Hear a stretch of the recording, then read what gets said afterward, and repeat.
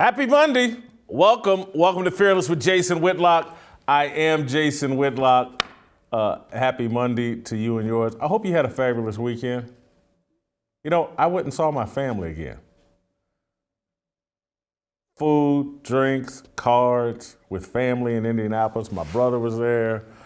My cousins were there. My aunt was there. My mama was there. Awesome weekend. Always good to spend time with family. I kind of surprised my mother. That's 2 weekends in a row I've seen my mother. She's very pleased with me. And you guys are going to be very pleased with me because I'm refreshed, I'm recharged, and I've got an awesome show planned for us today. Royce White is going to be here. He's going to help me talk about the shooting incident, the mass shooting incident in Sacramento. Shemeka Michelle, she'll be here. There's a viral video featuring the lieutenant governor of North Carolina talking about the transgender issue in a church, and it appears to be a black church, to wild applause. We'll get into that with Shemeka Michelle. Steve Kim's going to help me recap a busy weekend in sports, including Dawn Staley and the South Carolina Gamecocks winning the national championship.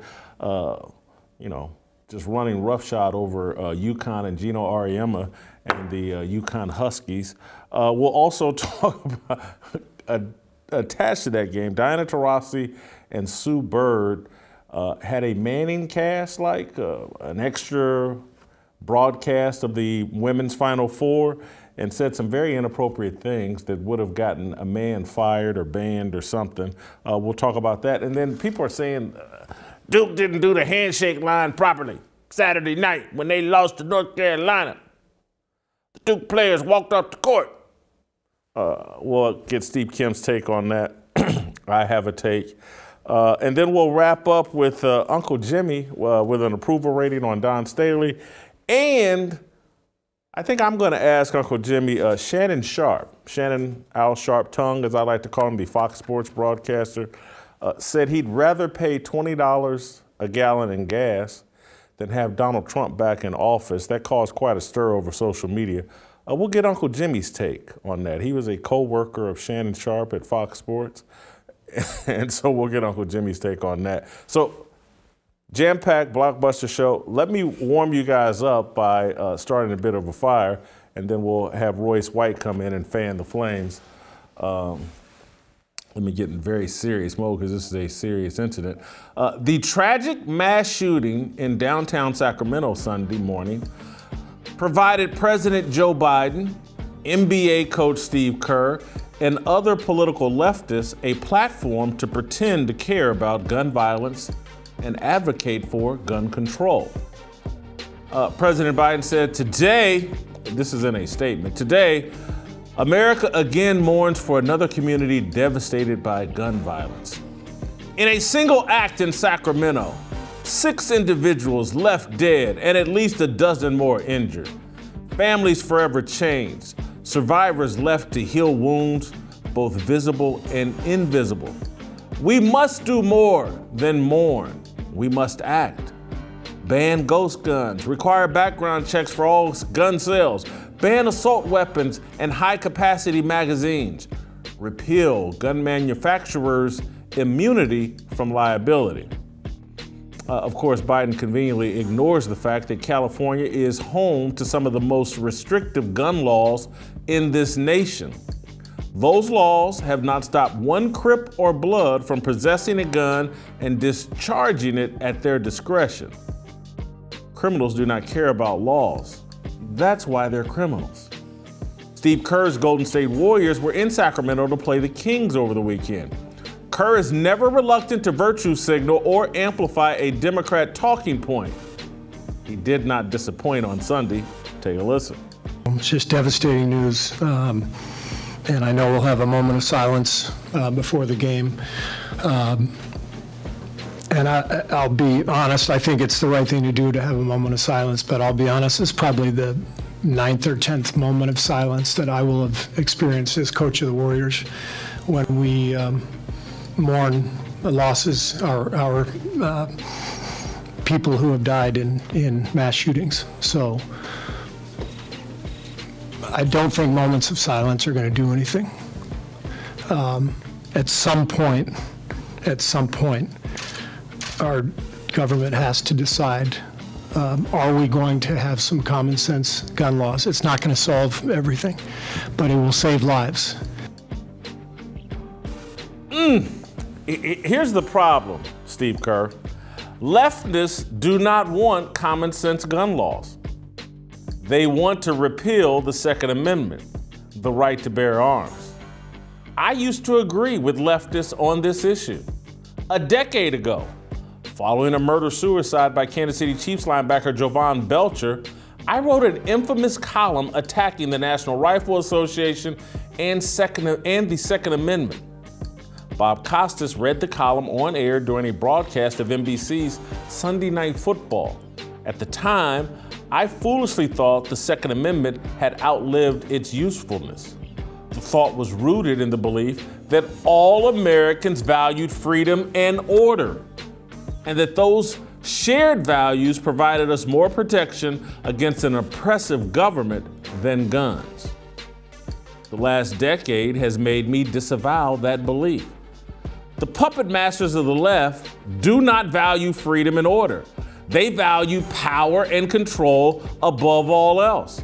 Freedom and order, in their view, are luxury items purchased by the uber rich and rationed to the well-behaved working class.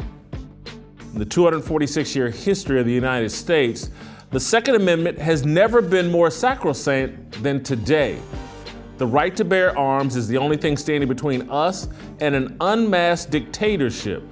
Our government is unwilling to protect our constitutionally guaranteed freedoms or our safety.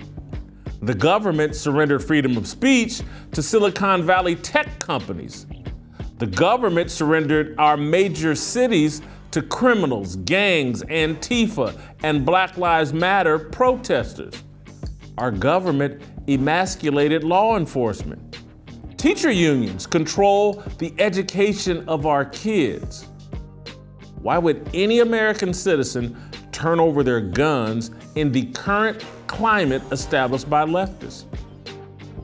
We're going to rely on the police? Police in Canada, at the behest of the government, cracked down on peaceful truck drivers. Police and FBI agents in America baited and entrapped unarmed citizens at the Capitol and then served as corroborating witnesses in a bogus corporate media narrative that painted angry protesters as participants in a violent coup attempt. The behavior and words of Joe Biden and Steve Kerr increase America's appetite for self-protection through gun ownership. Dishonesty and cluelessness from the people in charge and the people with the loudest voices breeds paranoia and belief in conspiracy. You can't produce order from disorder. People who do not value order cannot produce it. Gun laws won't fix broken families. It's the equivalent of street gangs replacing nuclear families. American citizens know this, even if our politicians and media talking heads loathe to admit it.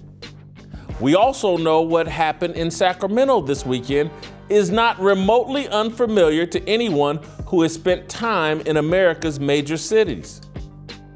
Nightclubs close, black patrons mill around in the parking lot and hope there is no gun violence before they exit the scene in their cars or in an Uber.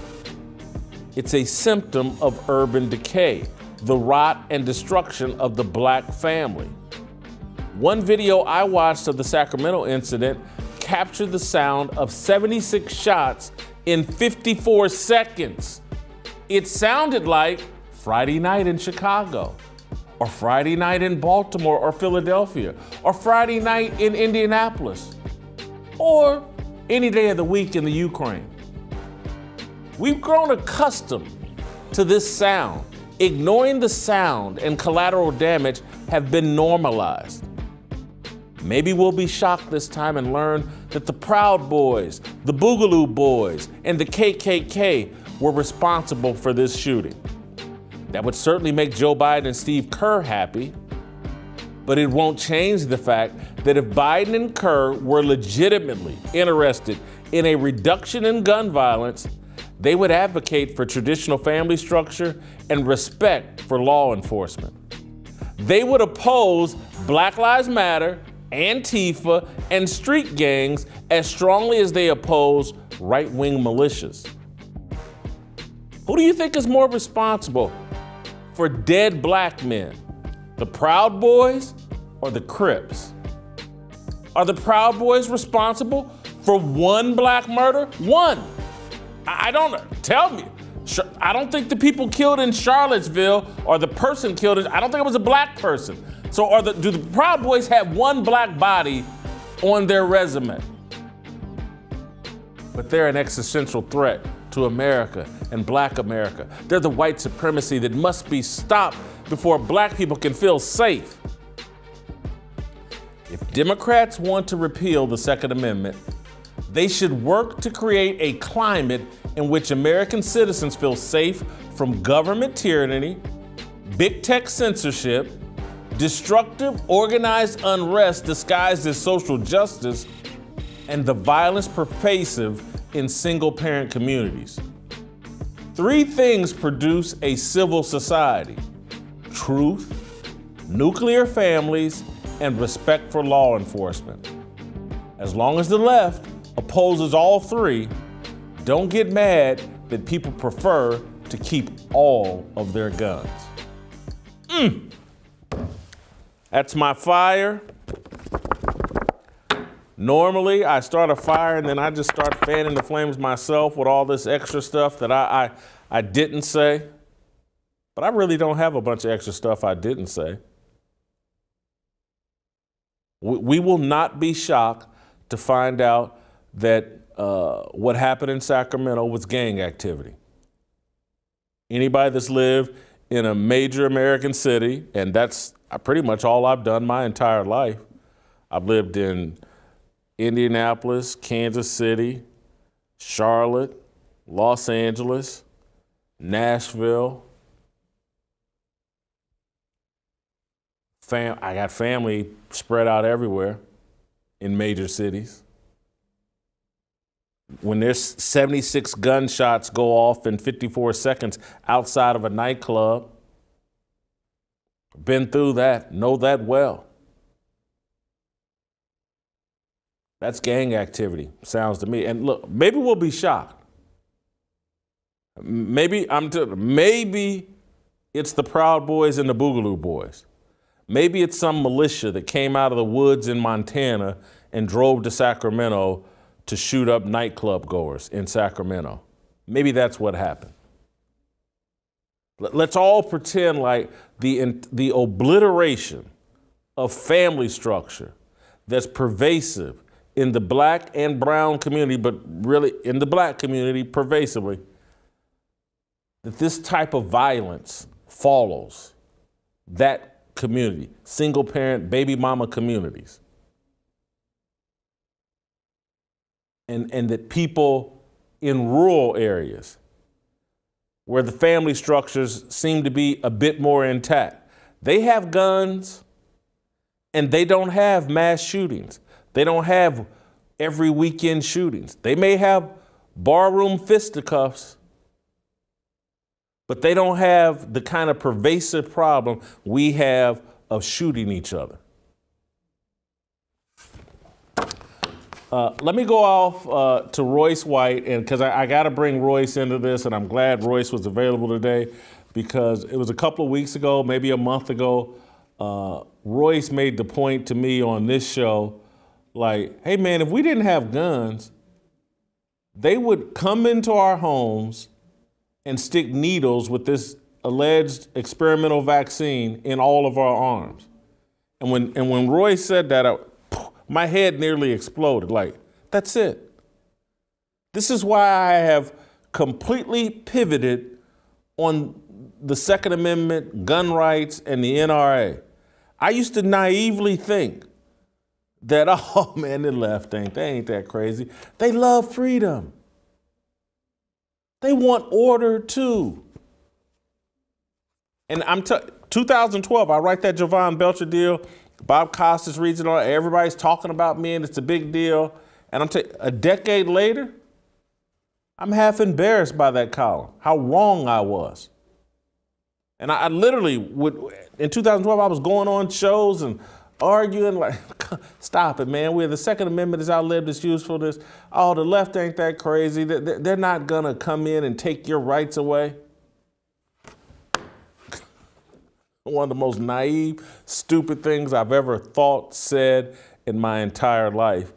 And I was already awake, but when Royce made that point about the vaccines and like, you know, they're not kicking in our doors and sticking us with the vaccine, that was like the final straw of like, that's it. Royce, welcome back to the show. Really appreciate you. And so my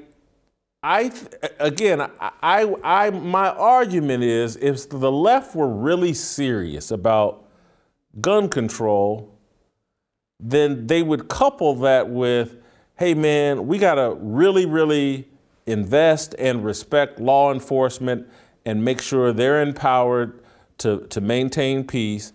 And we have to invest and empower families so that mom and dad are the first police officers kids ever meet, that it's mom and dad. But if you're going to be about tearing up the nuclear family and defunding the police, to me, you can't be serious about gun control. You can't expect people to give up their guns when you're legalizing chaos in all of our American cities. Well, I think you're right. First of all, Steve Kerr there, I mean, that's the example of somebody who's in an existential crisis who gets their politics with their French fries, right? That's just fast food politics, what he's doing. And the NBA as a woke institution, and many of these woke institutions, I think, are not so much indoctrinated with liberalism that they're just trying to get the most lazy version of politics that they can get their hands on. As far as the Second Amendment issue goes, I mean, this strikes right at the heart of what's wrong with our country today. This is what happens when you don't have a good understanding of the ideas in our Constitution versus the circumstance of which they were constituted, right? And what we're talking about with the Second Amendment and gun rights is independence, right? Freedom and independence and the safety of citizenship through freedom and independence versus the determination of the state and the corporation to continue socializing risk of our culture and our society. Okay. And part of this, to be honest, is that we are trying to legislate ourselves out of an immoral culture, right? We're trying to use the law and legislation to dig our way out of a deep, deep moral crisis. And we're doing it alongside of a runaway attempt to completely look away from the immorality of our economics, right? So we have the degradation of our moral culture that we want to legislate our way out of, which will never work, by the way, because we have no foundational, cultural, deeply rooted values to bring ourselves out of that hole alongside the legislation. But we do it in conjunction with an attempt to institute an economic imperialism, corporatocracy. We say when it comes to the economics, there are no morals. We'll sell every last man, woman, and child to the CCP and the globalists. But when it comes to the guns, we have to be hyper moral. We have to take away all the independence and sovereignty and personal responsibility of the individual to protect ourselves from these anomalous shootings. And mass murders are anomalous, and even more so, homicide, even in the Black community, is anomalous. It is a national crisis. It is an issue that we have to address, and we should fight hard to address. But we should fight it from a starting place of moral clarity and moral mission, and it's faith in God. And both parties, the uniparty has conceded that the morality of our culture is no longer necessary, especially when it comes to socially. right? And that is a part of the fourth industrial revolution and everything they plan for our people, our citizens. I want to buttress or provoke you in expounding on the immorality angle, because what I think is really immoral is for someone like Steve Kerr, multimillionaire, Joe Biden, multimillionaire, politically powerful. They understand that they're going to enjoy a level of freedom, and I'll give you the easy example. It's like Gavin Newsom, all of the people on the left, you got to wear a mask, you got to wear a mask. And then they will be pictured socializing amongst their group of elite friends, and none of them are wearing a mask. We saw that for 2 years. And so they want a level of freedom that they don't want commoners to have. They want a level of safety. Again, Steve Kerr can afford to live in a gated community. He can afford his own private security if necessary. And so they believe in law and order for themselves. They're willing to hire off-duty police officers to protect them, protect their property and homes and their own physical safety. And so, again, they want freedom and safety to go to the highest bidders. And they feel like, oh, I'll be good. And then the rest of you fend for yourself and, screw the police, screw your freedom, put your little kids in masks. Again, it's no different than at the beginning of COVID, they caught some guy out in San Francisco that was head of a teachers union or whatever that was arguing, hey, kids shouldn't be in school because of COVID. And then they caught him on camera taking his own son to school right at the height of the COVID pandemic. And so these elites, this is the immorality. It's like they want freedom and safety for themselves. And then the rest of y'all will provide you as much freedom and safety as we deem necessary for your survival. That's really immoral to me. Well, I would say you're right. And I'm not sure as to the percentage of people of that political disposition, how much of them are in on it and how many of them are ignorant to it. I would say there's a group of them that, like you are saying, have this completely selective view of freedom and independence that is predicated around class, let's say. But there's something even more dangerous and dark to it. OK, some of them, like Joe Biden, for example, are very aware that the continued socialization of risk, danger, let's say gun violence, is the perfect predicate to usher in authoritarianism. And that's what I was trying to explain before when it came to the vaccine mandate. They're trying to say, hey, the gun violence is an inevitable outcome of a culture that is morally decayed. And when those volcanoes erupt, we will then weaponize and use those circumstances to justify authoritarianism. And that's what really bothers me and makes me the most upset is the scam that's run on the American people, telling them we're interested in your safety and freedom and independence in the first place. No, they're not. They're trying to clear the runway for them to come and land a 747 of tyranny. Listen, Royce, and I'm not saying this to be remotely humorous or even to feed you gas. I'm not doing this to blow your ego. But you're so smart that sometimes, even for me, it's like I'm playing catch up trying to, because you're really ahead of the conversation. And so if you could dumb that explanation down just a little bit more so that a layman like myself and some of our viewers can fully understand it. Look, liberalism and liberal ideology, let's say, alongside with the Republican establishment that forms the uniparty, are all in together for the cultural decay of our citizenship and, as a product, our communities.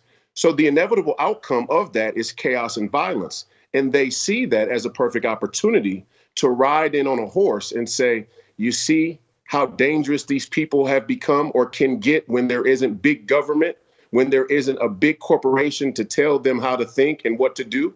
And as soon as those gun violences happen, whether it be in Black communities, which the liberals don't admit, but behind closed doors, when they go to legislate, they use all gun violence as a pretext to take away the Second Amendment rights because they're playing 3 steps ahead. And that's why I speak the way that I do, because these people aren't kidding around.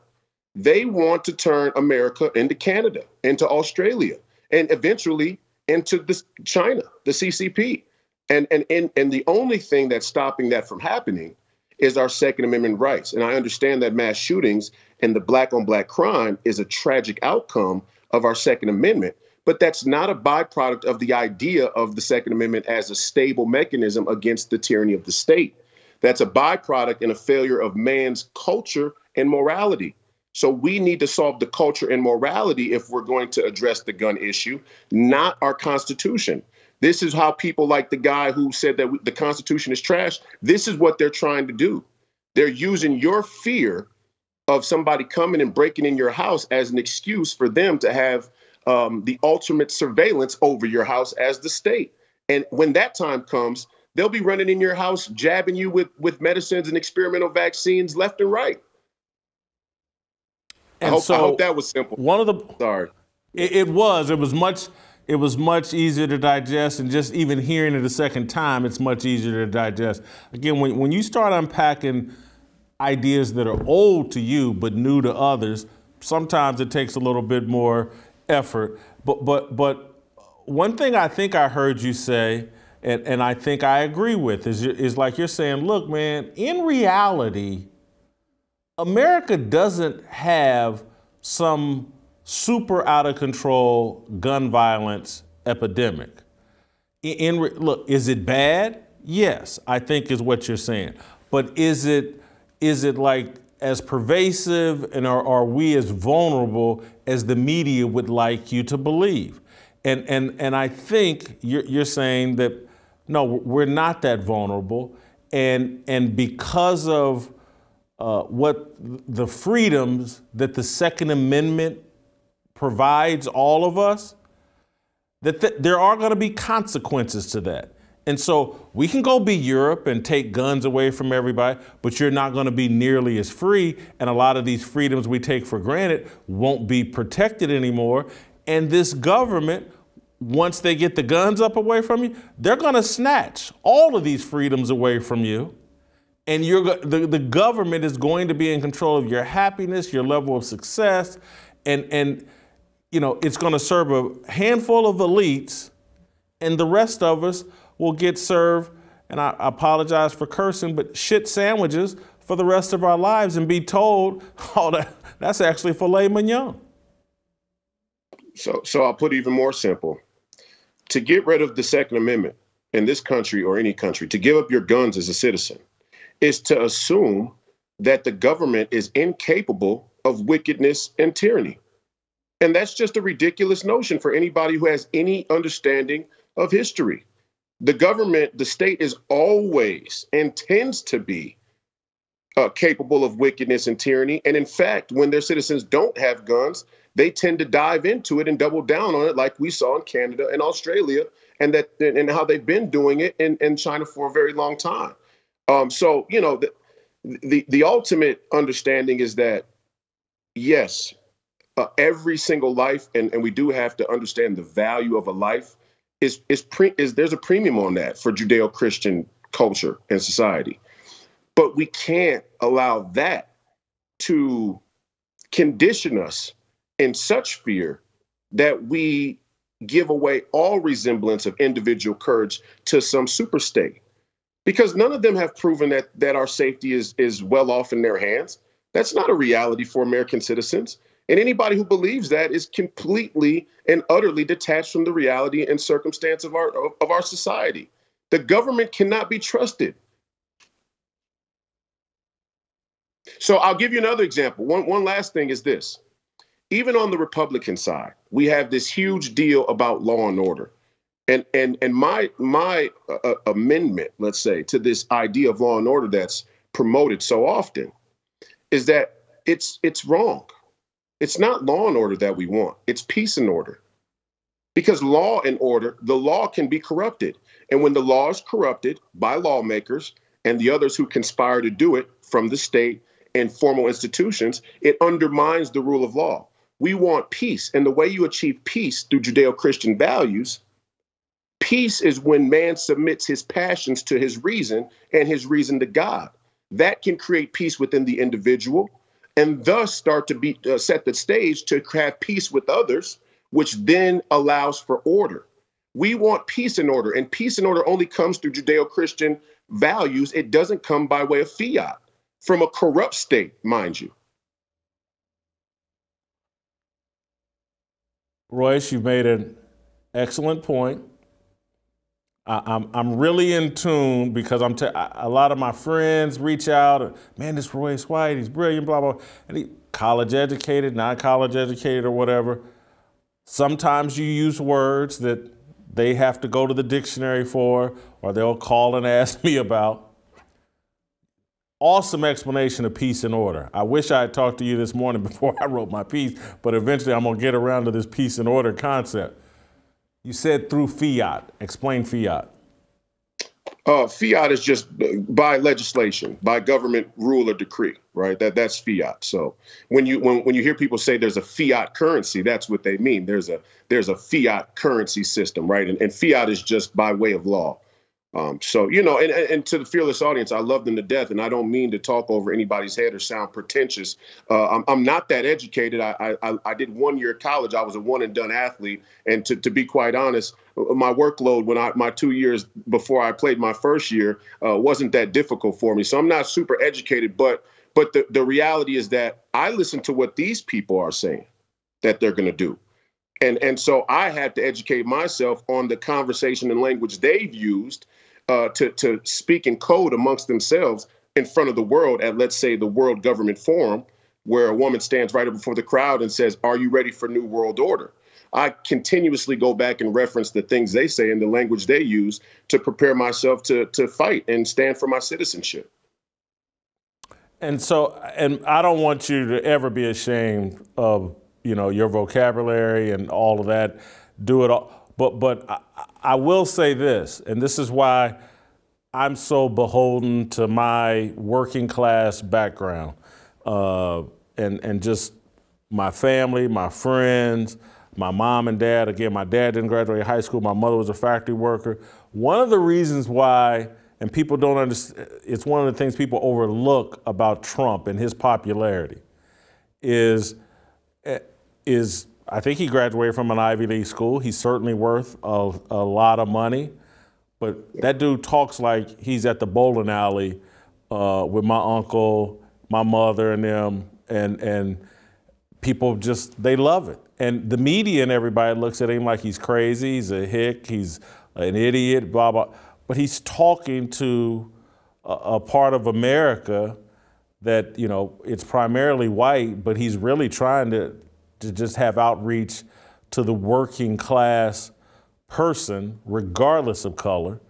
The media's done a good job of portraying him as some sort of racist, and so black people are unwilling to listen.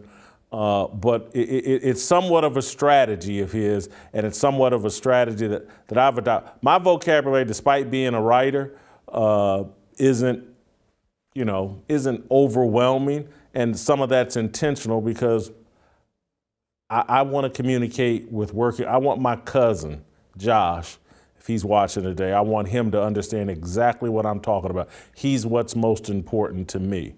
I help raise him, love to do like a son. So anyway, I'm off rambling a little bit. No, let me say this, and I think this is important because the gun issue and the Constitution issue and all of these issues are a part of a culture war. And the main mechanism of the left and the authoritarian establishment is to degrade the intellectual capacity of the working class.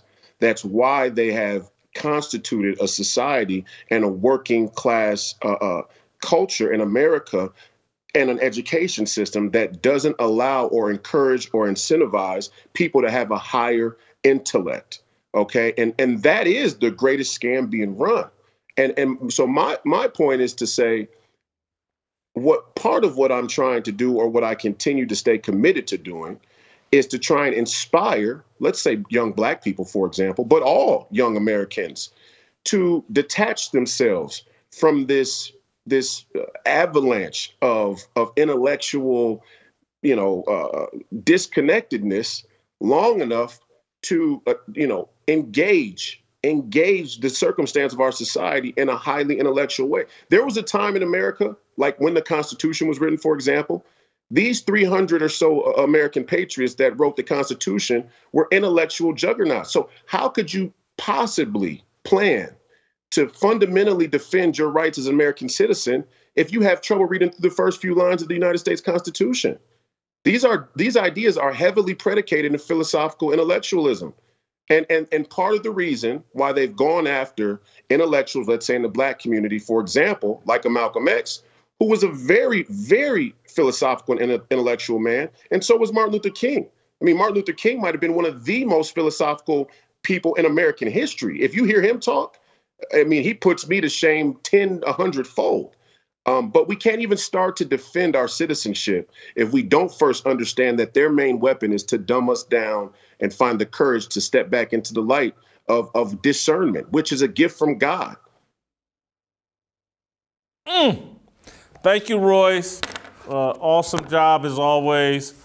I'm gonna have to have a conversation with Delano about how we open up this title of smartest man on the show. Maybe it's just smartest men on the show. Maybe that's where we'll go there. But Royce White, excellent job as always. All right, let me tell you about my good friends at Good Ranchers. The way inflation is in this country right now, going to the grocery store is becoming a little bit like going to a luxury car dealership. If you haven't seen the price of meat lately, you're in for a pretty nasty surprise. Thank goodness there's a solution. Good Ranchers. Good Ranchers only sources and sells 100% American meat. You order it and they send it right to your door. It's just that simple. And guess what? You can beat inflation with Good Ranchers. Once you subscribe, your best price is locked in for life. Get your $30 discount on prime steaks and better than organic chicken by going to goodranchers.com/fearless. Good Ranchers takes the guesswork out of the grocery store by sourcing everything from local farms and shipping it to your door. Use my code FEARLESS and enjoy your $30 saving on your box of 100% American meat. Order now to combat inflation with Good Ranchers, American meat delivered. Had some more Good Ranchers this weekend with my mom. Loved it, loved me. Everybody was joking. Oh, my aunt was like, you sent your mama all that Good Rancher stuff. How come you ain't send me some? Now I gotta send my aunt some Good Ranchers, but I love to do it because they believe in me, they believe in you, they believe in our way of thinking. All right, Shemeka Michelle, nurse.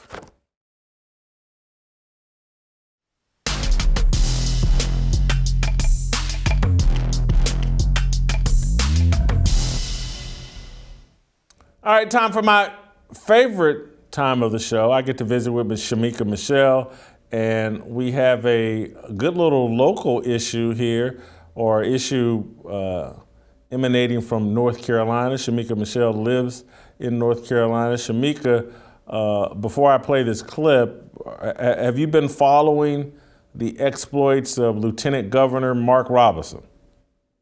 I have, and I know he's going to get a lot of pushback for this, just as he did when he came out against some inappropriate books in school.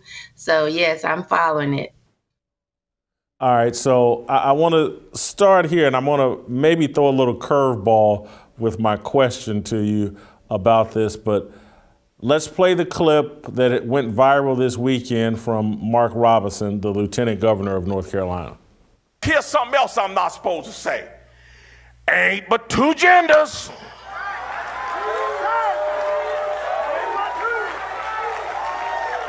Two genders.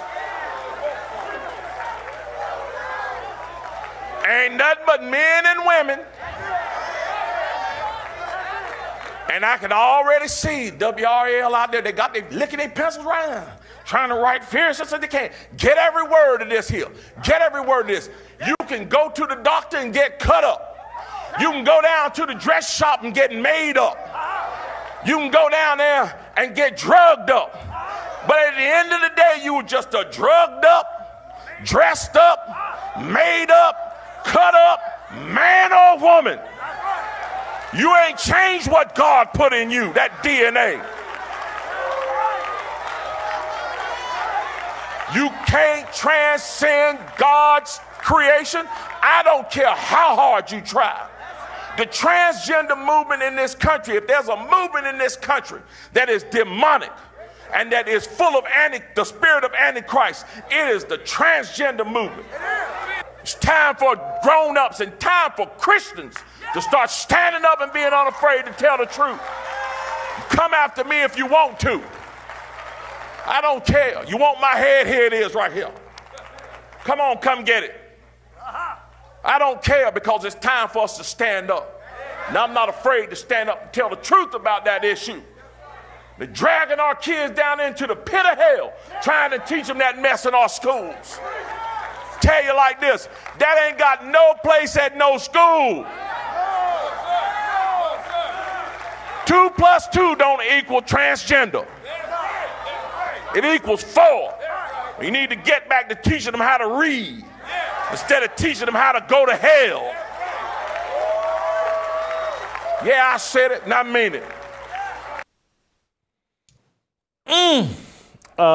So there were a couple of things I found interesting about this, and I'll start with the easiest one first, is that he's apparently speaking in a black church to a lot of black people in the clergy and the ministry, whatever. And so I think that might surprise some people that the black ministry has found a moral issue that it's willing to actually stand on, rather than, the Democratic Party's for this, so we're for this. It seems like the trans issue is one where even the black church, I guess, this is a bridge too far for the black church. Do you agree with that? I definitely think it's a bridge too far, and it makes me excited to hear him actually stand up with boldness to say such things. I think that we need this type of leadership all across the country. And let me say that since he is from North Carolina, this gives me an opportunity to brag a little bit that North Carolina has the most black Republican leadership than any other state in the country.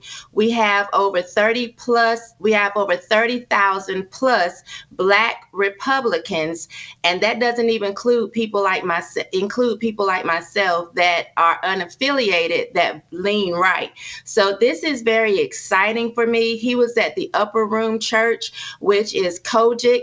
Kojic has a large population. And so I'm just very excited about the change. And I understand that because of this, he's going to have a big backing. And it makes me really confident that he'll be less likely to fold as some other people would when they begin to get pushed back. So here's my other issue, and this will be shocking coming from me, because it really, but when I watched the video and I watched other videos, because people send me Mark Robinson videos, they've been sending them to me for the last year. I've never fully dove into them until this one caught my attention and made me look at other ones. And Shemeka, I'm just going to be honest with you. My initial thought watching the videos were like, this is why I'm committed to addressing my health and losing weight, is because his size distracts from the message. And it just watching, because everything that he was saying is like, I agree with, and there's other videos I could play where I'm like, man, I really agree. And he's saying it powerfully, eloquently, but in several, not just this one we just played, in several videos, he seems to carry a towel to wipe the sweat off his head. And it just says to me that, okay, I can't be heard as effectively if I'm this obese and overweight? And so did any of that cross your mind when you think about Mark Robinson? I think I'm kind of used to it, Jason, because I grew up in the Black church, but I understand exactly where you're coming from. There have been plenty of times when I've heard obese preachers, and I've thought to myself, the scripture, which I believe is in 1 Corinthians, know ye not that the body is the temple of God, and the Spirit of God dwelleth in you. He that defiles the temple, him shall God destroy. So I think that as Black ministers and preachers and Black leaders in general, we have to really take accountability and responsibility and start making sure that we take care of the temple.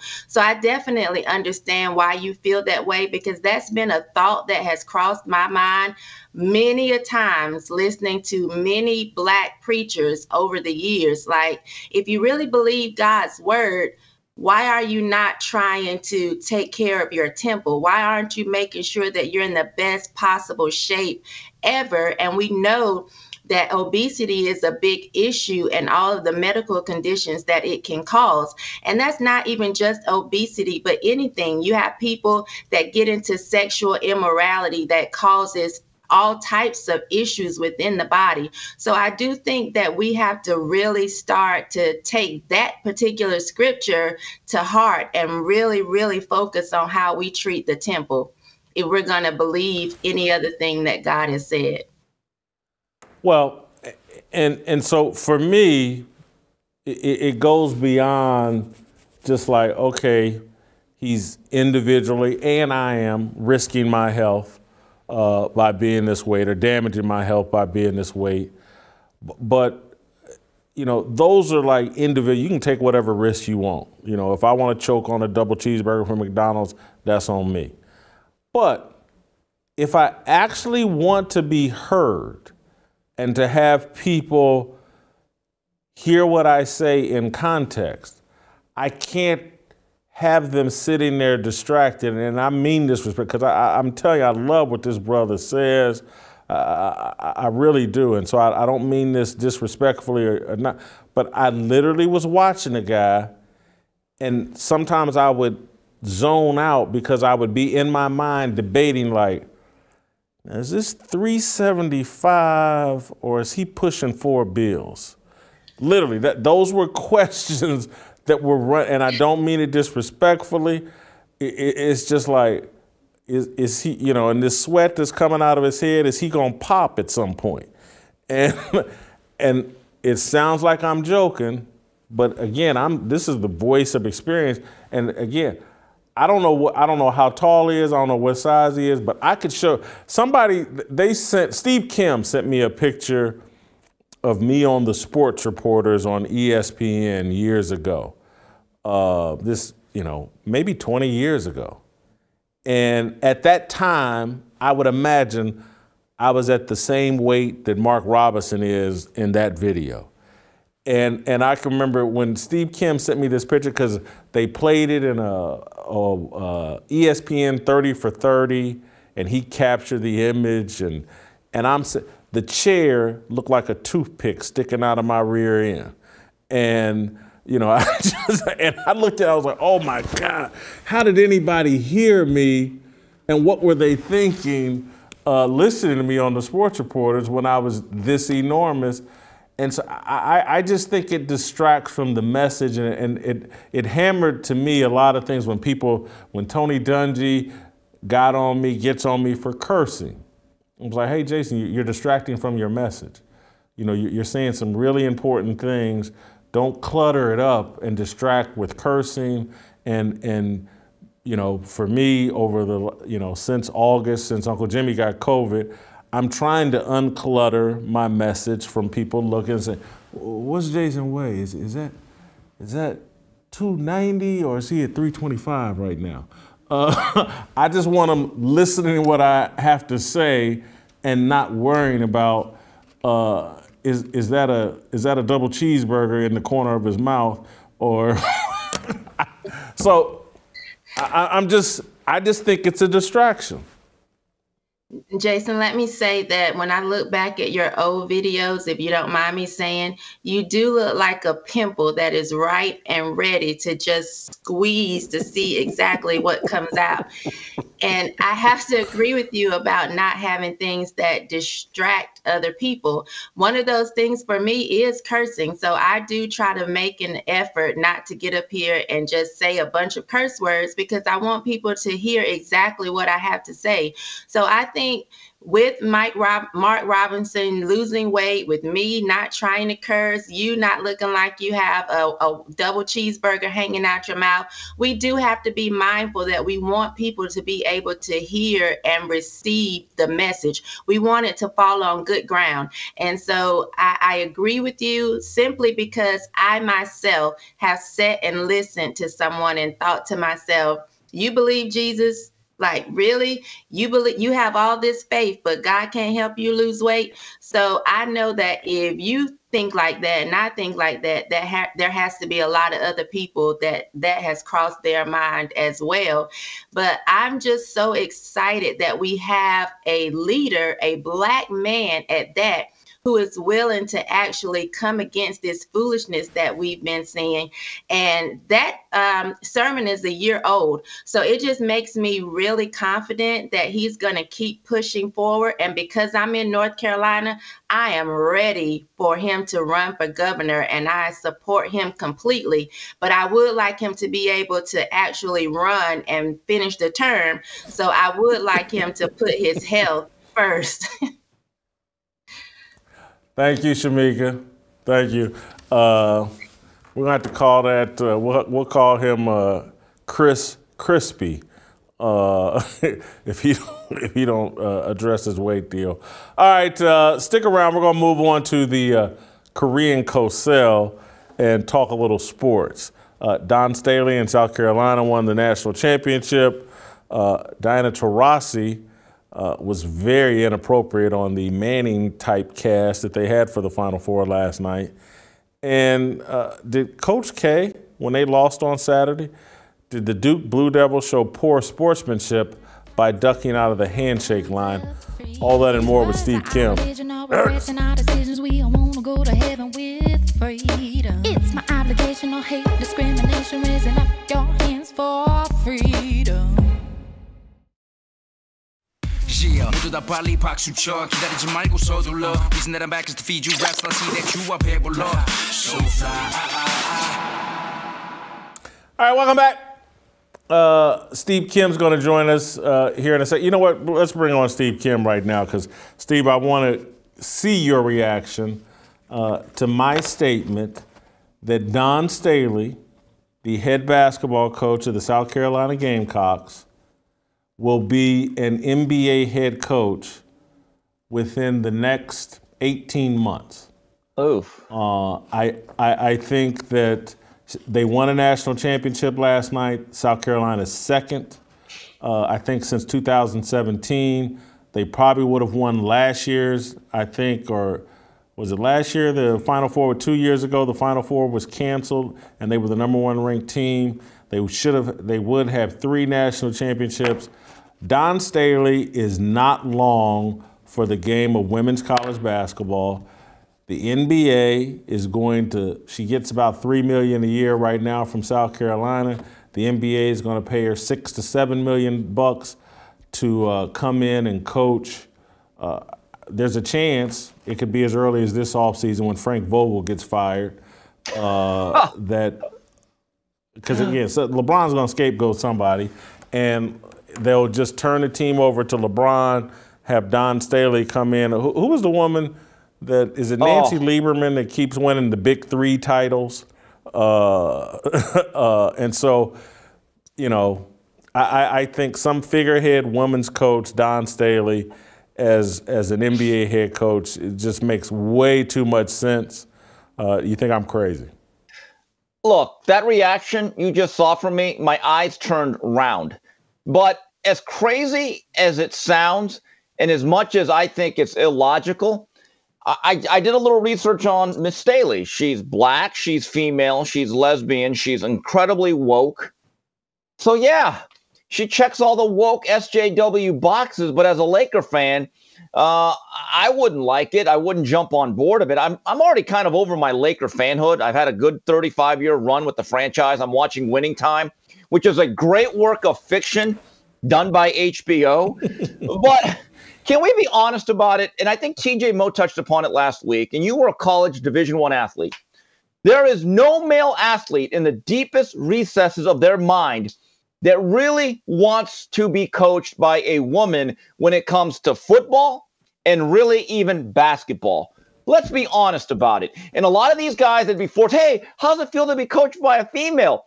They're all going to be Captain Cliche and say, hey, it really doesn't matter. We listen to our coach. We respect our authority. But in the back of their minds, they're thinking, I don't really respect them.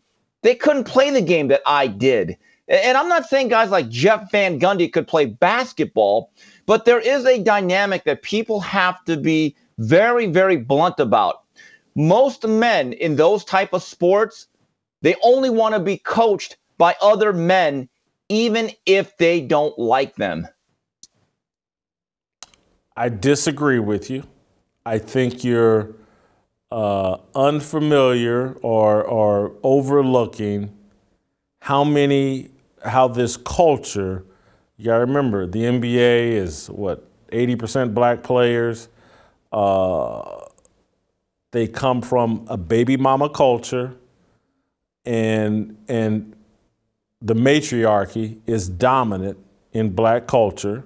And so respect for women and female authority is at its highest within black. And I know that rap music and all that other vile stuff, and the divorce rate and the abandonment and but in terms of voices that they're willing to listen to, I think a black woman theoretically makes sense. In practice, will it? Because do I think Dawn Staley knows anything really about the NBA? And when you spend your life coaching a game that's played below the rim, it's not an easy transition to then coach a game that's played above the rim. It's a completely different style and discipline of play that she's unfamiliar with. Yes, they play a round ball with a round ball and they shoot it through a hoop, but the games are completely different. And just, I'm not disrespecting her level of success, but it's going to be exaggerated, her level of success, just like Gino Auriemma. He's not Coach K. He's not Bobby Knight. He's not Tom Izzo. He's not even John Thompson. He's dominated a sport that's not all that competitive, as you can tell by just like who makes it to the Final Four every year in the women's bracket. It's either all number one seeds with 1-2 seed. There's a handful of 3 or 4 teams, 5, 6 teams that have a shot every year to win the national title, where there's far more parity and competition within men's college basketball. And so hats off to Gino Auriemma, hats off to Pat Summitt, hats off to Dawn Staley, what they're doing, but it's just not as impressive as Bobby Knight, I think, winning 3 national titles. Coach K, did he win 5 or 6? I can't remember. 5. It's just not as impressive.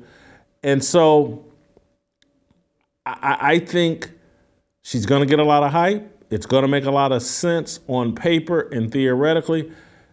LeBron James or whoever the biggest star is on the team that she's coaching, because she's not going to go to Orlando. She's not even going to go to San Antonio. She's going to go someplace where there's a pretty good roster and she has a chance. Because, again, having her coach a team that wins 30 games does the NBA no good. She won't be on TV enough. Games won't be competitive enough. But put her on a roster with LeBron James and Anthony Davis, and you can put that on TV. And that's the other thing you got to remember about professional sports. It's just a TV show at this point. The competition, all of that takes a backseat to narrative arc and agenda. And so on paper, it's going to make sense. In practice, the players or an assistant coach will be running the team, and she'll just be she'll just give Malika Andrews and Elle Duncan something to talk about and someone to interview. Well, 2 points here. The fact that the most well-known college coach right now is Dawn Staley, that the next move for her is not the WNBA, but the NBA, says all you need to know about the irrelevance of the WNBA. Going back to your point, though, about young men who grew up without fathers. Well, you look at the societal breakdowns that you have talked about a lot and earlier in this program. Given their behavior and what is going on societally and culturally, are you sure NBA players really want to have leadership from another female? I disagree with that. There comes a point that I think players, after a certain point, the ones that have made it, the ones that have some discipline and some self-respect, I think that they actually begin to crave discipline and male leadership and buy into it. If I'm a 28-year-old guy who's already put my time in the NBA and I've been through a lot of things in my life, I wouldn't want to be a part of that Dawn Staley sideshow. I really wouldn't. A lot of these guys don't even want to be woke. And I guess she was the one that wouldn't let her team come out for the national anthem on most games because of the oppression. And meanwhile, I'm seeing tweets about her wearing some $5,000 Letterman jacket. That's the oppression of America. That she gets to wear a $5,000 Letterman jacket that's not even in the team colors. To me, I'm looking at that thing. I'm going, what was the point there? Well, I'd have more respect for her if she wore a Louis Vuitton tracksuit than that. You can't tell me on one end the oppression that I face as a black lesbian woman in America. Meanwhile, neat jacket. Okay. Those two messages seem to be very, very mixed to me, Jason. So her explanation about the national anthem is the timing of their pregame routine. It depends on what time the national anthem is played, whether her team's on the court. They were on the court last night with UConn for the national anthem. In some previous games, they weren't on the court because of when the national anthem was played or whatever. But I get you and I hear you. You know, the $5,000 Louis Vuitton or whatever statement she was trying to make with the jacket. Again, it's just. But let me make this other observation and point that I made last night in terms of just how feminine the NBA has become. And so literally, and I pointed this out, I was half joking, but I was half serious. The number of hairstyles and hair colors last night during the women's championship game reminded me of the men's game. The men are so now obsessed with their hair and what color their hair is and how their hair is styled. Dawn Staley will be having group field trips to the beauty shop in the NBA. And because this is what the players are accustomed to. They've been feminized and don't even know it. They spend half of their free time getting their hair done and getting their hair colored. And the whole thing has been feminized to the point that having a female coach, a lot of these guys would love it, and or where she would struggle, I think she would struggle more in college basketball, where those kids are actually looking for insight in how to develop as basketball players so they can make the NBA. The guys in the NBA are drowning in so much money and you know, don't have any full understanding of the money they're making, and so they think they're making monopoly money, and they don't really care about winning. They don't really care about development. That's something they do individually in their off season. They're not getting that from their head coach. They just want their head coach to put them on the court and leave them alone. And Dawn Staley will do that. She'll put them on the court and leave them alone because she won't know what to say. And again, it's like if you watch her team won last night clearly because they had far more talent and size than UConn. That game was hard to watch. There's some little girl for UConn, Paige Baker, Yeah, Paige. She seemed to have some skill. Everybody else was just throwing up shots, and South Carolina would grab the rebound and put it back in, and they just keep every miss. They just keep rebounding until they eventually made a basket. This wasn't a very skilled game last night. It wasn't a very well coached game last night. Jason. So, in other words, it was women's college basketball. That's what it was. And to your first point about the hairstyle, so if Dawn Staley went to the NBA, it would give new meaning to that offensive turn three-man weave. But here's the issue that I think that I completely disagree with you. If she went to the Lakers from a media market standpoint, it would be big. From being in terms of involved with a first-class, iconic organization, that checks the box. Let's take a look at the Lakers. They're probably not going to make the playoffs, okay? LeBron James is at the very tail end of what has been a spectacular career. Still an elite player. The rest of that roster needs to be taken out to the penny saver and shipped for pennies on the dollar, as I date myself with that reference. They're a bad team. Think about it. You have LeBron and a bunch of guys that LeBron brought in that simply aren't very good. So let's say you go LeBron James, Dawn Staley, and what else? You look at this situation right now, and I blame LeBron. He's the one who constructed this team. They're going to scapegoat Vogel. They're going to scapegoat that GM that looks like Rob Lowe. This is on LeBron. If I'm LeBron, I'm thinking to myself, wait a minute. I've already got 3 rings. Do I want to bring in the circus? 4. Well, I'm talking about the 3-ring circus. This is Barnum and Bailey, what's going on with the Lakers. And for the first time ever, Jane, I've lived here my whole life. Even the local Laker flagship station, ESPN 710, as I drive around to Montebello in my office, I've never heard this much criticism of the team. I mean, I remember when Magic had to retire in 91, and we went through that dark stage with Sedell Threed, Antonio Harvey, Pig Miller. We kind of understood this is going to be a rebuilding process. The growing pains with early Shaq and Kobe, with Del Harris. There was a little bit of criticism. But now there's a real heat on LeBron and his current organization over what has taken place. It's a bad team. I actually don't think if you're going to have Dawn Staley as an NBA coach, I wouldn't want to go to this current organization and this current roster.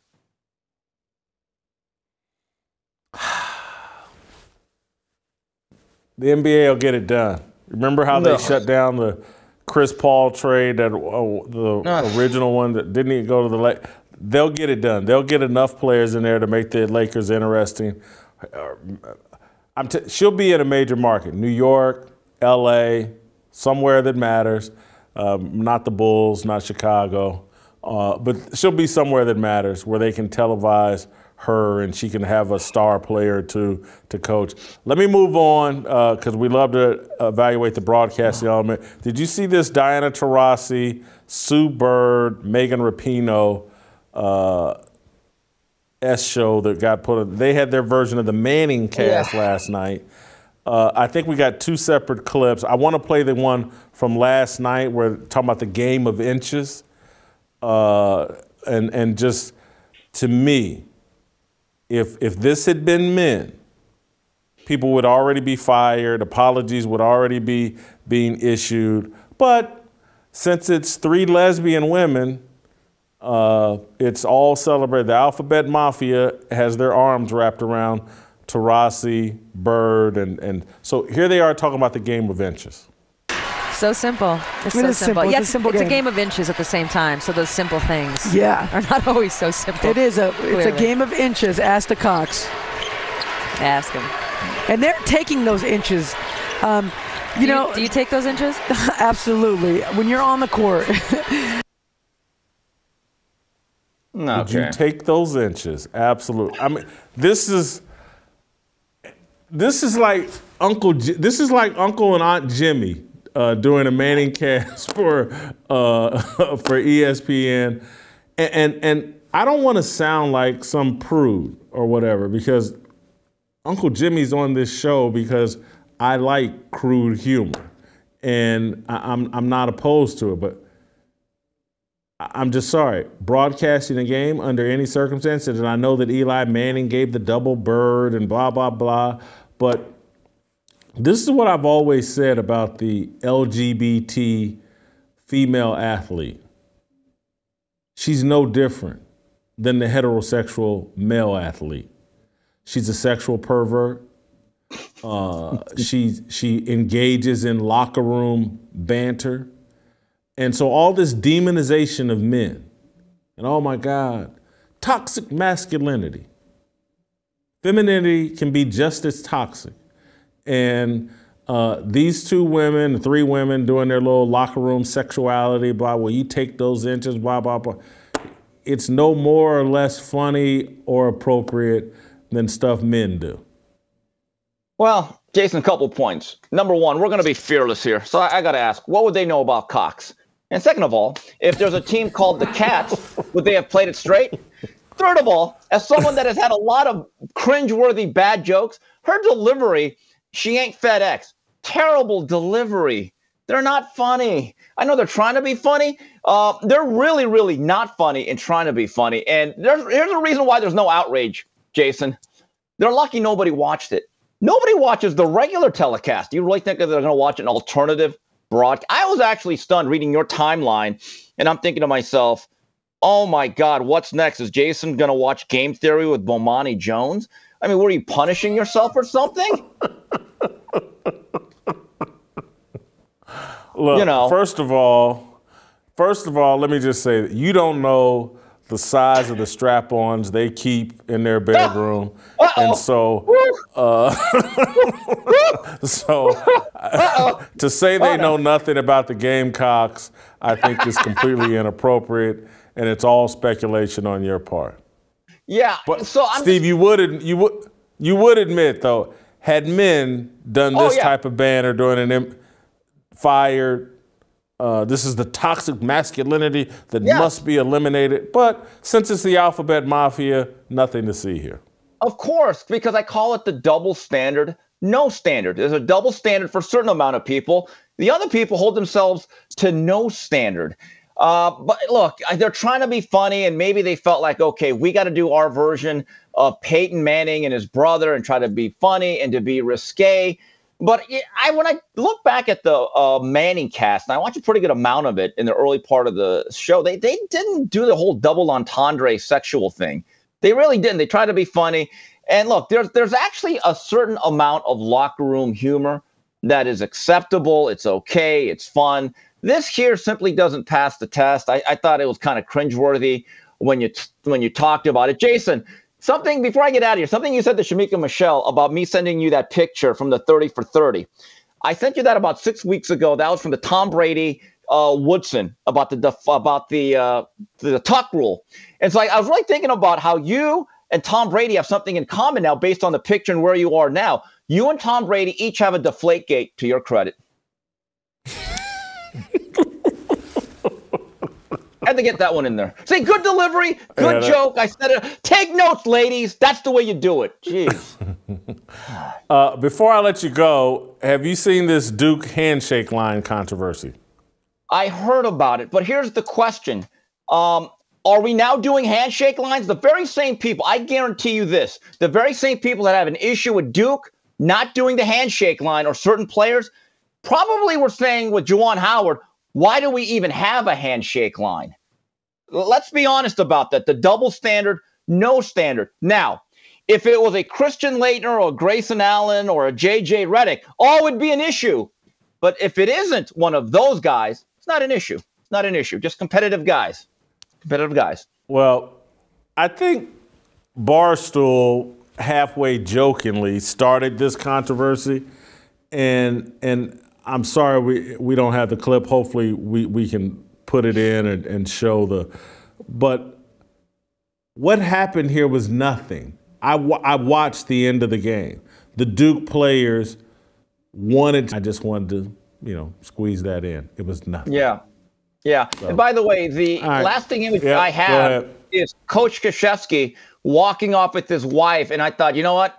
That may be the last remnants of me ever caring about college basketball. It truly is an end of an era. And I'm actually I'll be honest, I don't know about you, Jay. I don't care about tonight's finals. I'll watch it just for the one shining moment at the end. But without Coach K, no matter how you feel about him, he's one of the last figures of college basketball that when his team is on, you have at least a passing interest. Who is that guy anymore? I will be watching tonight. Bill Self is a friend of mine. I made my bones in Kansas City. Some of my best memories are of former Kansas alums that I dated, and many of them are in New Orleans. They're texting me, "Jay, are you here?" They're there with their husbands. They're married now. They're not circling back for inappropriate reasons, but Rock Chalk Jayhawk. I kind of wish I was in New Orleans because I'm sitting here in particular thinking about I took a Kansas alum I think the Jayhawks were in the Final Four in New Orleans, and she reached out to me and was like, anyway, I kind of wish I was there. It would remind me of my younger days when I was footloose and fancy free.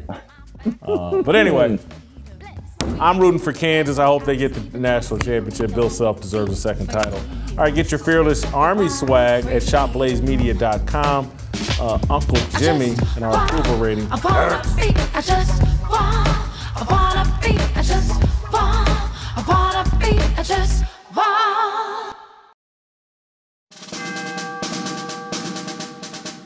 We must exist in a state of man glorious, as we are protected by the red, the white, and the blue.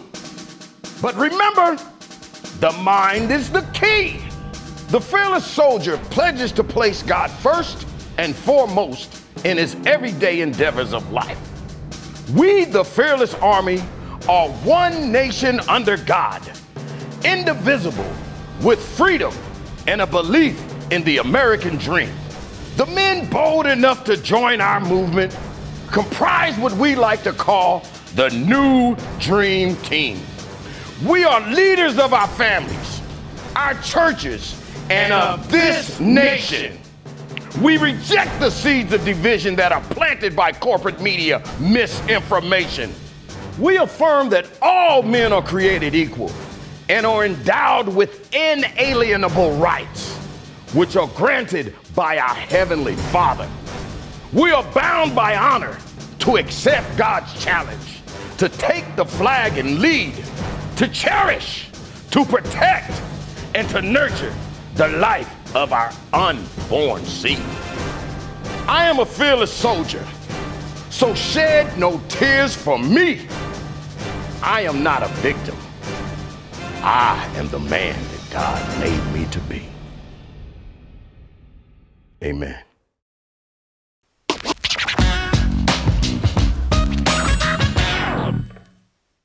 All right, welcome back. Time for our approval rating on Dawn Staley. But will you stop changing the opening to this? Your favorite part of the show. I've given that title now to when Shemeka comes on. I hate you. Just keeping it real. But before we get to the approval rating, Jim, I got something I want to ask you about. Let me pull this up here. Your boy, your former co-worker, Shannon Sharpe, the Fox Sports broadcaster, had an interesting tweet. I know you're. What is wrong with you, man? That's your guy. You big fan of his. I can't wait to meet Shannon Sharpe. It's one of the best things about being at Fox Sports. I get to work with Shannon Sharpe. I'm 2 dressing rooms down from me, but keep on going, man. You making me mad. So he tweeted this weekend, "I'd rather pay $20 a gallon than have Trump in office. Hope that answers your question." This is in response to someone asking about Trump. He'd rather pay $20 a gallon than have Trump in office. Your thoughts on your former coworker? I'm going to say it just like this. I thought Shannon was sharper than that. You did? You see how I did that, Steve Kim? You hear that joke? I thought Shannon was sharper than that. I did, man. You did? Honestly. I did. I thought he was sharper than that.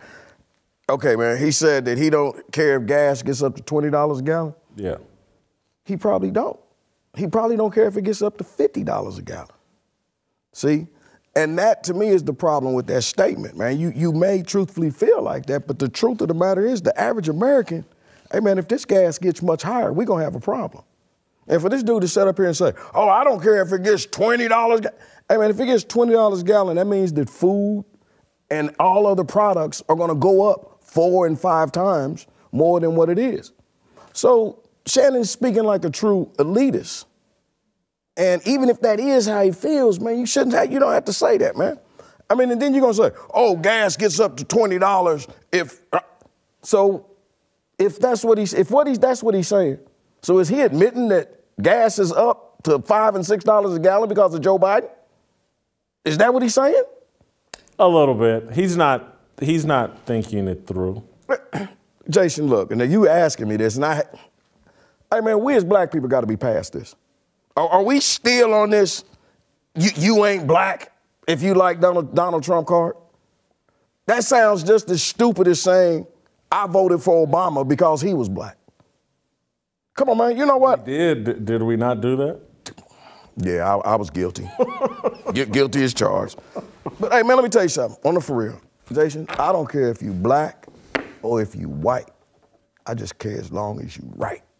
And that's what I think we as a people need to be looking at. I'm just saying. Be nice. Yeah, I'm going to try to be here. Listen, I'm not the biggest Shannon Sharpe fan. Anyone that's heard me talk knows. Because, man, these guys get installed in these positions, man, because they're not bright. And what you're talking about, again, he's not bright. And I've heard him, this isn't the dumbest comment I've ever heard him make. It's just one of many that he's like a Twitter creation.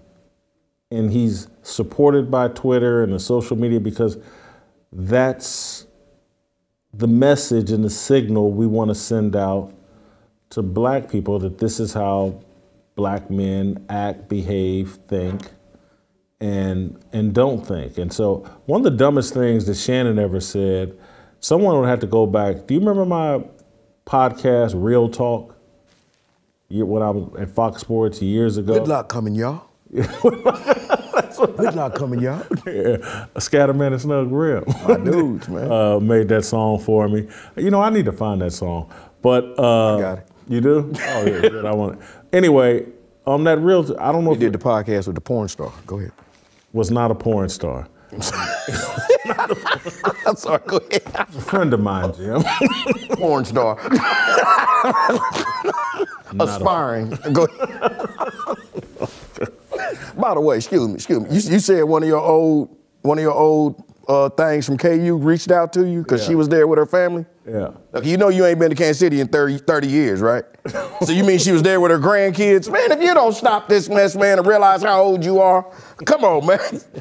What was it, one of Danny Manning's old girls? Come on. Jim, one of Lester Earl's girls? Yeah, my old girlfriend's just reached 40 just now. That meant she was... Your memories. That meant she was... Oh, Lord. Anyway. Let's go, man. I'm sorry. Stop. I'm sorry. If you remember on my Real Talk podcast, do you remember the interview I did with Shannon where he said he would never give any money to his alma mater, Savannah State, and HBCU, the only school that offered him a scholarship. He would have no pro career.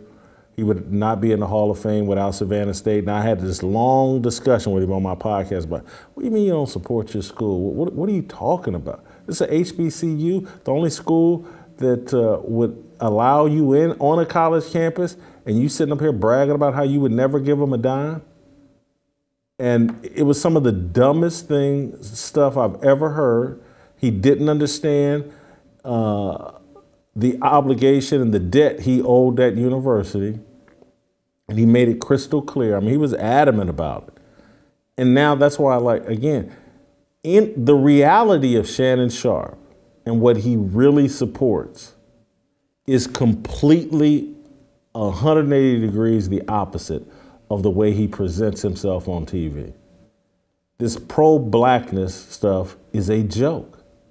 And if he were legitimately pro-black and had any connection to black people, you wouldn't be on Twitter talking about, I don't care if it does get up to $20 a gallon, because you would be concerned about the great mass of black people who are struggling with gas at $4 and $5 a gallon. And just like you said, gas gets up to $20, what's the loaf of bread gonna cost? What's some fruit gonna cost? What's a box of Cheerios gonna cost? And so, again, not very bright, doesn't think things very through. He's a character from the movie Bamboozled. Man, Tan, and Eat and Sleep. If you've never seen that, go watch that movie. This was back when Spike Lee used to actually make movies with a legitimate point of view. Go watch Bamboozled. That's what Shannon Sharpe is enacting. A level of ignorance that white liberals love. Yeah, that's black.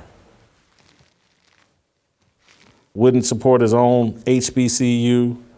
I've already revealed in previous interviews about Shannon Sharpe throughout his whole playing career. The number one joke he had: if you ever see a black woman on my elbow, I'm holding her for the police. Now that one bothered me. That's just a fact. These are just facts. And so this whole little pro-black game that he's playing over social media and on that TV show, it's offensive. Hold it, but you got a whole bunch of brothers play that game. Black, black, black. Hey, excuse me, where the white girls? At least I keep it real. That's why you didn't make it in the NFL. Come on, man. Let's go to Dawn Staley. Let's go, man. Listen, I got way too serious here. Job performance, Dawn Staley. She just won a national chair second. And they came out for the national anthem. I'll give her a 24 in job performance. Can't give her a perfect score because it's just not competitive enough in women's college basketball. Okay, look, I give her a 25. She's a champion. She's one of the best ever.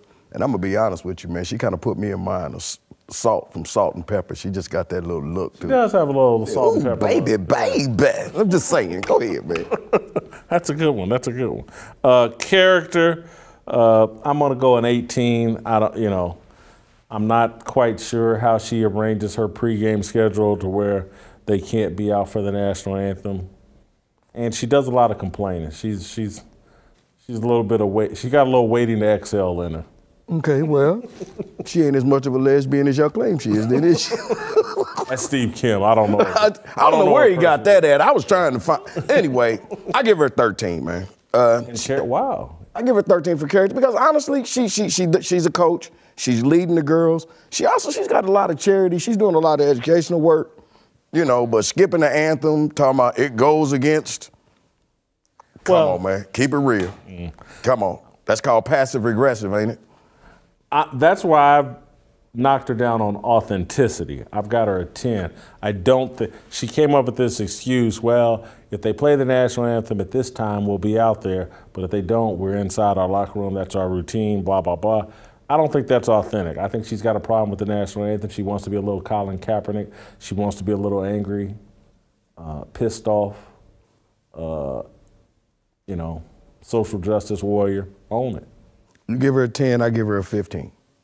And I agree with you because what you just said. But the kids have a phrase for that. They say that's a little sus. That's a little suspect for what you say. Suspect, yeah. Gotcha. Okay, but on the for real, man, I give her a 15, man, because she's a great leader. People look up to her, even though she only 5'6". They look up to her. Let's face it, she ain't no Brittany Grinder, but, they like her. It factor. Your salt and pepper comment is why I have her at a 19 in it factor. I used to like her back in the day, man. Yes. If you remember back in the day. Yes, I agree. I give her a 16. No question, man. She's a great coach. And she reminds me of, what I see happening with a lot of women. See, her team is not the only women's team that's skipping the national anthem. She just won, and we giving her credit. This seems like something that's really going on in women's sports, that they're all skipping the anthem. So I'm not going to just single her out and question her patriotism. I'm going to question all of the women that's skipping it, okay? So that's how I feel about that. So they're mad as hell, and they're not going to take it anymore, Jim.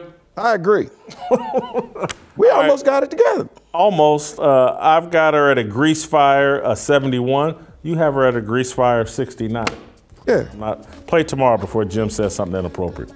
Play tomorrow before Jim says something inappropriate. Before you go down to Taurasi and start talking about a game of inches and all of it. But you know what? All the women were saying was they just wish that the men would grow up.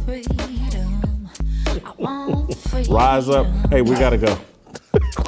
We gotta go. No negotiation, my sister, no relation. We all just wanna have freedom. Sitting on a corner, never been alone. I'm breaking my back for freedom. Blessed, we are living, get back. We are receiving, all deceiving. We all wanna be free. We want freedom.